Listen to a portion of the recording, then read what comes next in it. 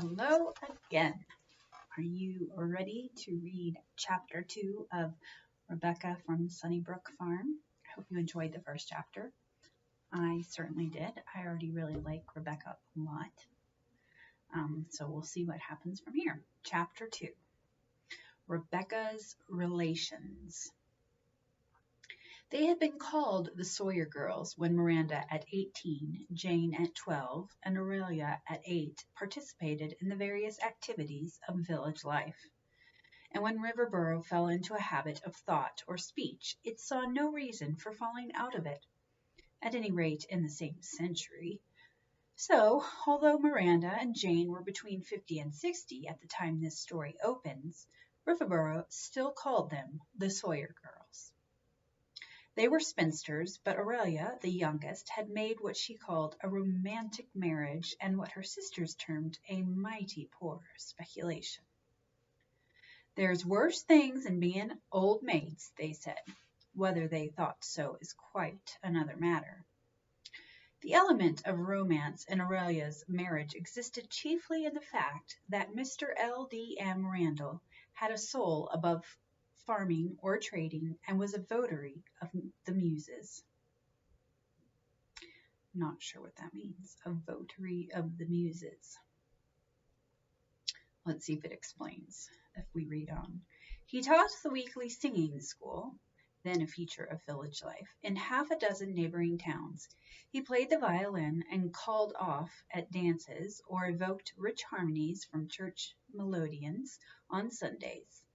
He taught certain uncouth lads, when they were of an age to enter society, the intricacies of contra dances, or the steps of the schottische and mazurka, and he was a marked figure in all social assemblies, though conspicuously absent from town meetings and the purely masculine gatherings at the store or tavern or bridge.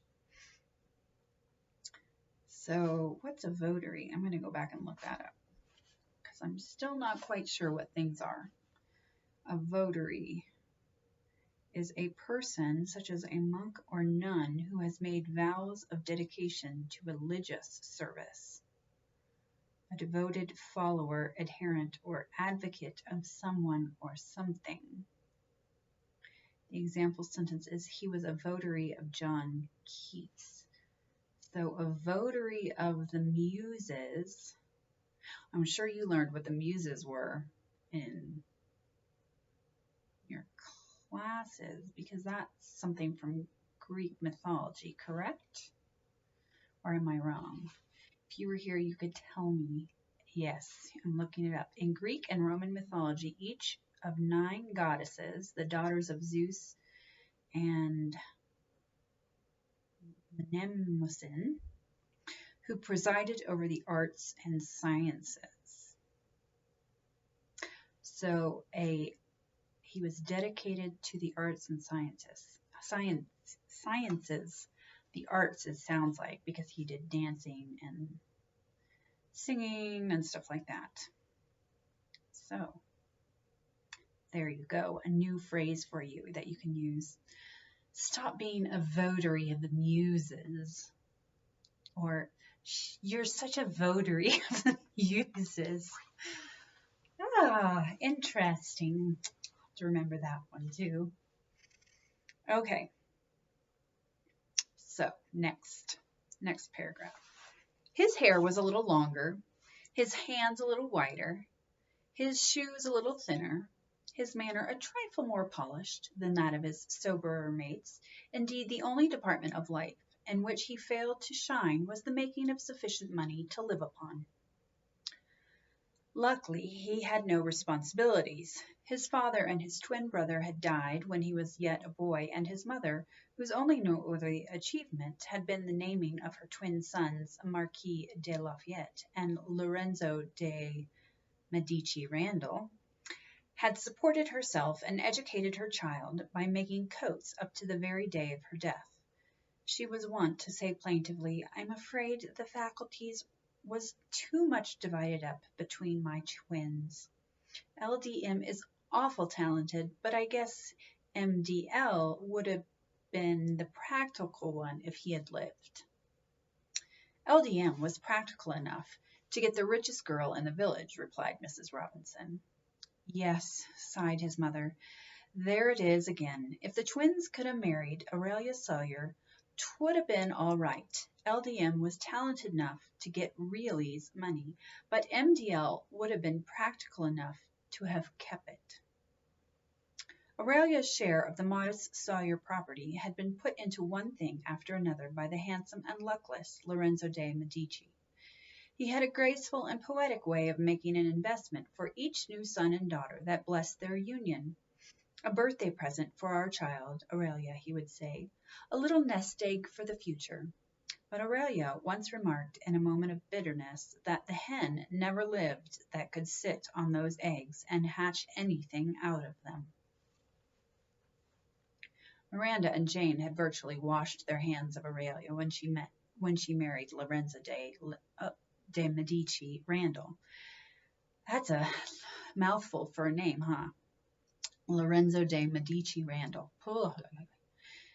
Having exhausted the resources of Riverboro and its immediate vicinity, the unfortunate couple had moved on and on in a steadily decreasing scale of prosperity until they had reached Temperance, where they had settled down and invited fate to do its worst, an invitation which was promptly accepted. The maiden sisters at home wrote to Aurelia 2 or 3 times a year and sent modest but serviceable presents to the children at Christmas, but refused to assist LDM with the regular expenses of his rapidly growing family. His last investment, made shortly before the birth of Miranda, named in a lively hope of favors which never came, was a small farm 2 miles from Temperance. Aurelia managed this herself, and so it proved a home at least, and a place for the unsuccessful Lorenzo to die and to be buried from, a duty somewhat too long deferred, many thought, which he performed on the day of Mira's birth. It was in this happy-go-lucky household that Rebecca had grown up. It was just an ordinary family. 2 or 3 of the children were handsome, and the rest plain. 3 of them rather clever, 2 industrious, and 2 commonplace and dull. Rebecca had her father's facility and had been his aptest pupil. She carried the alto by ear, danced without being taught, played the melodeon without even knowing the notes. Her love of books she inherited chiefly from her mother, who found it hard to sweep or cook or sew when there was a novel in the house. Fortunately, books were scarce, or the children might sometimes have gone ragged and hungry. But other forces had been at work in Rebecca, and the traits of unknown forebears had been brought into her fiber. Lorenzo de' Medici was flabby and boneless. Rebecca was a thing of fire and spirit. He lacked energy and courage. Rebecca was plucky at 2 and dauntless at 5. Mrs. Randall and Hannah had no sense of humor. Rebecca possessed and showed it as soon as she could walk and talk. She had not been able, however, to borrow her parents' virtues and those of other generous ancestors and escape all the weaknesses in the calendar. She had not her sister Hannah's patience or her brother John's sturdy staying power. Her will was sometimes willfulness, and the ease with which she did most things led her to be impatient of hard tasks or long ones. But whatever else there was or was not, there was a freedom at Randall's farm. The children grew, worked, fought, ate what and slept where they could, loved one another and their parents pretty well, but with no tropical passion, and educated themselves for 9 months of the year, each one in his own way. As a result of this method, Hannah, who could only have been developed by forces applied from without, was painstaking, humdrum, and limited, while Rebecca, who apparently needed nothing but space to develop in and a knowledge of terms in which to express herself, grew and grew and grew, always from within outward. Her forces of one sort and another had seemingly been set in motion when she was born. They needed no daily spur, but moved of their own accord towards what no one knew, least of all Rebecca herself. The field for the exhibition of her creative instinct was painfully small, and the only use she had made of it as yet was to leave eggs out of the cornbread one day and milk another, to see how it would turn out. To part Fanny's hair sometimes in the middle, sometimes on the right, and sometimes on the left side, and to play all sorts of fantastic pranks with the children, occasionally bringing them to the table as fictitious or historical characters found in her favorite books. Rebecca amused her mother and her family generally, but she never was counted of serious importance, and though considered smart and old for her age, she was never thought superior in any way. Aurelia's experience of genius, as exemplified in the deceased Lorenzo de' Medici, led her into a greater admiration of plain, everyday common sense, a quality in which Rebecca, it must be confessed, seems sometimes painfully deficient. Hannah was her mother's favorite, so far as Aurelia could indulge herself in such recreations as partiality. The parent who is obliged to feed and clothe 7 children on an income of $15 a month seldom has time to discriminate carefully between the various members of her brood. But Hannah, at 14, was at once companion and partner in all her mother's problems. She it was who kept the house, while Aurelia busied herself in barn and field. Rebecca was capable of certain set tasks, such as keeping the small children from killing themselves and one another, feeding the poultry, picking up chips, hulling strawberries, wiping dishes, but she was thought irresponsible, and Aurelia, needing somebody to lean on, having never enjoyed that luxury with the gifted Lorenzo, leaned on Hannah. Hannah showed the result of this attitude somewhat, being a trifle careworn in face and sharp in manner. But she was a self-contained, well-behaved, dependable child, and that is the reason her aunts had invited her to Riverboro to be a member of their family and participate in all the advantages of their loftier position in the world. It was several years since Miranda and Jane had seen the children, but they remembered with pleasure that Hannah had not spoken a word during the interview, and it was for this reason that they had asked for the pleasure of her company. Rebecca, on the other hand, had dressed up the dog in John's clothes, and being requested to get the 3 younger children ready for dinner, she had held them under the pump and then proceeded to smack their hair flat to their heads by vigorous brushing, bringing them to the table in such a moist and hideous state of shininess that their mother was ashamed of their appearance.